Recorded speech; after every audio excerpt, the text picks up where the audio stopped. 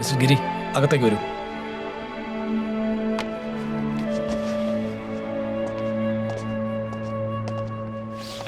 Yes, have a seat. ഞാൻ വരാൻ പറഞ്ഞത് ഒന്ന് രണ്ട് കാര്യങ്ങൾ ചോദിച്ചറിയാനുണ്ട്. ഗിരിക്ക് ആരെങ്കിലുമായിട്ട് ബിസിനസ് റൈവൽറി? ഇല്ല sir. I am sorry to ask, your wife has any extra marital affairs, അങ്ങനെ എന്തെങ്കിലും?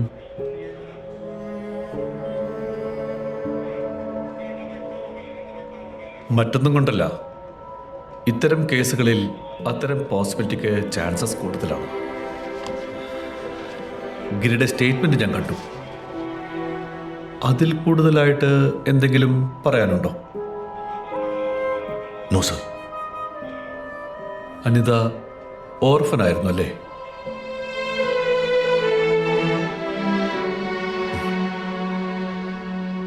ഓക്കെ, എന്തെങ്കിലും ഉണ്ടെങ്കിൽ അറിയിക്കാം.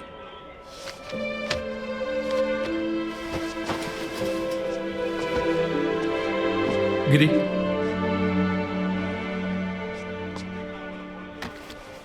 Thank you sir.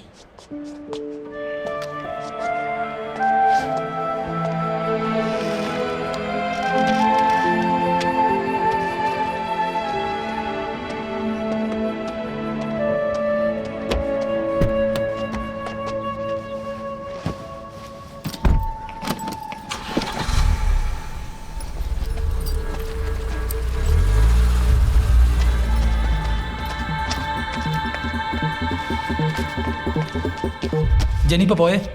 Sir please sir. ആ ഫാമിലി മർഡർ കേസിലെ അയ്യപ്പ സാർ അല്ലെങ്കിലേ ടെൻഷനില്ല. ഞാനും ആ കേസിന്റെ കാര്യം പറയാനാ വന്നത്. ആ പെറ്റി കേസിന്റെ പേര് ഷോ കാണിക്കാതിരുന്നെങ്കിലേ ഞാൻ എന്തെങ്കിലും ചെയ്താൽ. സർ സർ ഇത് SP ഓഫീസിലേക്ക് ഫോർവേഡ് ചെയ്തേ. സർ, ഈ ഒരു ഒറ്റ തവണ ഈ ഫോട്ടോ കൊടുത്തിട്ട് ഞാൻ തിരിച്ചു ആ പോയിക്കോളാം. മൂന്നാമത്തെ സ്റ്റേഷനിലെ വിറ്റ്നസിനെ വിളിച്ചേ. സർ, ഈ രണ്ട് കേസും അനലൈസ് ചെയ്ത് നോക്കുമ്പോൾ ക്രൈം പാറ്റേൺസ് തമ്മിൽ ഡിഫറൻസ് ഉണ്ട്. എന്ത് ഡിഫറൻസ്?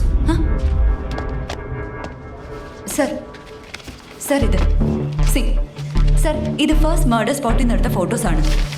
സി സർ, ഇതിൽ കൊലയാളി ഉപയോഗിച്ചത് വളരെ ഡിഫറെന്റ് ആയിട്ടുള്ള സിഗരറ്റ് ബഡ്സ് ആണ്. എല്ലാം ഇന്ത്യൻ ബ്രാൻഡ്സിന്റെ.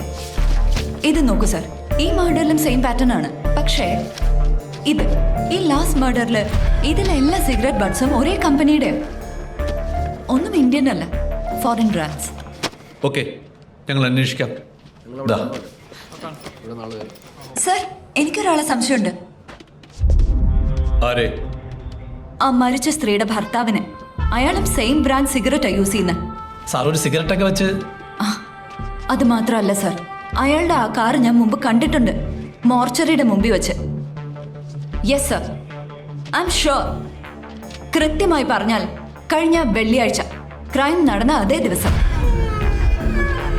ഞങ്ങൾ അന്വേഷിക്കാം madam. You may go please. Anwar, ആ ഫയൽ കൊടുത്തേക്ക്.